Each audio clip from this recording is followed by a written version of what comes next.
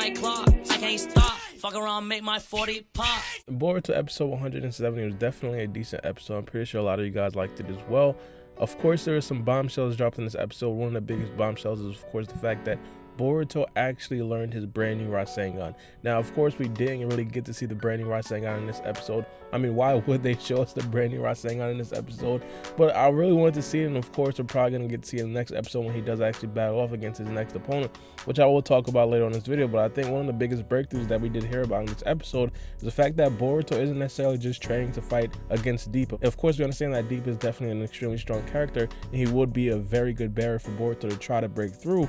But of course, it's deeper than that. It's about Boruto understanding that he's still a little kid. It's about Boruto understanding that he's pretty much nothing in the grand scheme of things. And if we talk about Deepa, I mean, let's be honest, Deepa is extremely strong. But when we talk about the upper echelons of characters, when we talk about Naruto, when we talk about Sasuke, even when we talk about some of the other characters in the Kada organization, Deepa isn't necessarily on that level and on that tier yet. Even though we do have a lot of respect for Deepa, he himself is just not where Boruto wants to be at, even though he's completely no match for that level of competition. And of course, I think that Boruto is definitely learning a lot from this particular situation, especially by actually admitting that it's not just about Deepa. Now, real quickly, I do want to kind of speculate about exactly what the Rasengan is going to be. And of course, we did get a huge hint towards it, mainly because Shigidai did actually say that he has to focus on one specific point.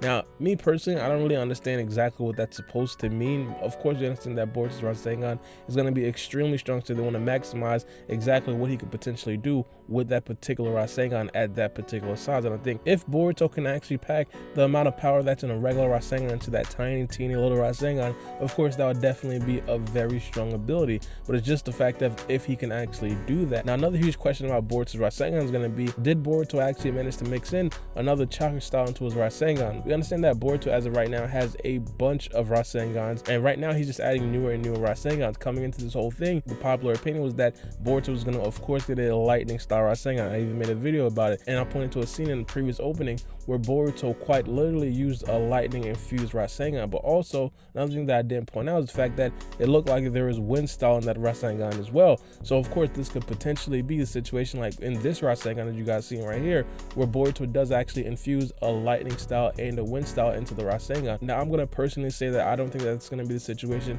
mainly because it doesn't necessarily match up with what Shigidai was saying in terms of focusing all of your energy on one specific point. In this particular Rasengan, it's not one specific point. It's like all over. Like, it looks literally like a tornado that Boruto used. So of course, it's probably not going to be that exact situation. And over the past episodes of Boruto anime, of course, Kakashi has been getting involved. It seemed like Kakashi wanted Boruto to figure out all this by himself, and it wasn't necessarily only because of that. It seemed like Kakashi was just like kind of, I don't know, it seemed like he was just lazy. It seemed like he was just retired. Of course, you understand why he would be this lazy, but it turns out that it was actually for a reason.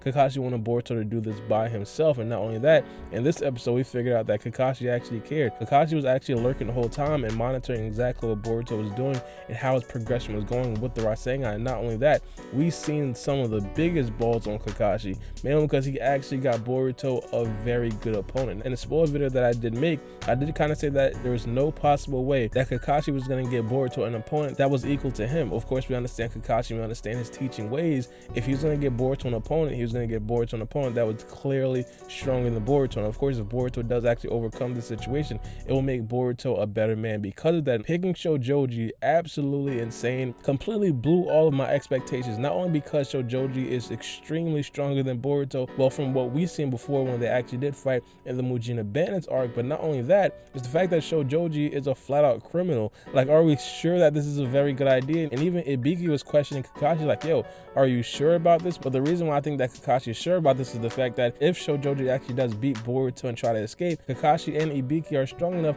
to then restrain Shojoji and lock him back up in prison.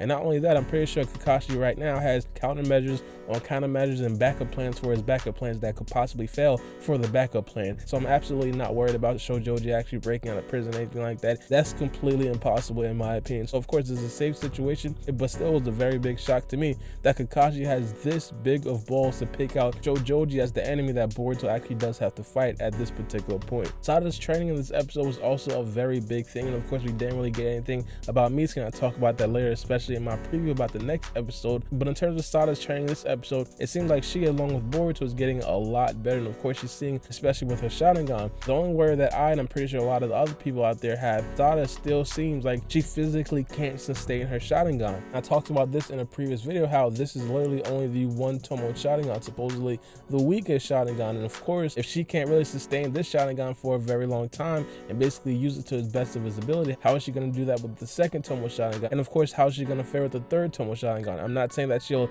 never get those things, but of course I am questioning the effectiveness of those if she's barely allowed to actually use it. One of the things that was absolutely insane about this episode is the fact that Sada actually said that her eyes are getting as strong as her father's. All the fans out there, we understand that that's a complete fallacy, but I thought it was extremely cute that Sada actually does care about her Uchiha side of the family, and of course she wants to become just like her dad in terms of her visual prowess. Now the downside to that scene is of course Sakura's entrance. Now I definitely do want to say I feel for Sakura. I understand where Sakura is coming from, because of course she is a mother and she understands exactly the dark side to the Uchihas and of course the dark side to their eyes, and especially the Mangekyo Sharingan. And her hearing Sada basically say that her eyes are basically becoming just like her dad's, that right there seems extremely scary. And not only that, if you guys don't understand, Sakura herself is actually a medical ninja. She's literally a doctor, so her basically seeing Sada strain herself basically puts Sakura in an uncomfortable situation, man, because she understands that Sakura should definitely medically not be pushing herself to this limit. But as we know, shinobis don't really care medically about what they should or should not be doing. They just go into their body collapses. And I thought it was a great idea to have Hinata and Ito basically come in and console Sakura and basically talk her through her problems in situations like that, and basically have a girls' night out where they all got drunk, which was an absolutely hilarious scene. It seems like Ino could hold her liquor better than everybody in this series. Sakura was completely drunk off of like a little cup of beer. Hinata barely drank, mainly because she ordered like a small little drink, and of course Ino had the huge cup of beer. But regardless, that was definitely a very cool scene, especially for the Sakura fans out there. So overall, they basically put Sakura at ease and basically told her to put yourself in the shoes of Sada. And not only that, she was actually once in the shoes of Sada, and basically how she pushed herself every single day to become stronger and stronger. Basically exactly what Sada is doing as of right now. I think that Sakura at this point understands she'll definitely approach the situations extremely differently. And I think next episode we'll definitely get a lot more interaction between Sakura and Sada. That's probably going to be a lot more favorable to the Boruto fan base out there. But let me know what you guys think about this episode in the comment section below, and give me your opinions about Boruto's upcoming opponent. I think that a lot of people are going to definitely love Shojoji being the upcoming opponent. Not only that, what do you guys think specifically did Boruto do to upgrade his Rasengan? But it's being your boy Baara B, and we out. On the last thing, the new chapter of the Boruto manga comes out tomorrow, and yes, I will definitely be making a review about that. And I'm pretty sure you guys have probably heard about all the spoilers in that actual chapter, and of course the big bombshell from Naruto. But I'm not necessarily going to spoil anything in this video right here. I'll talk to you guys tomorrow about the chapter. It's going to be absolutely insane. It's a knife.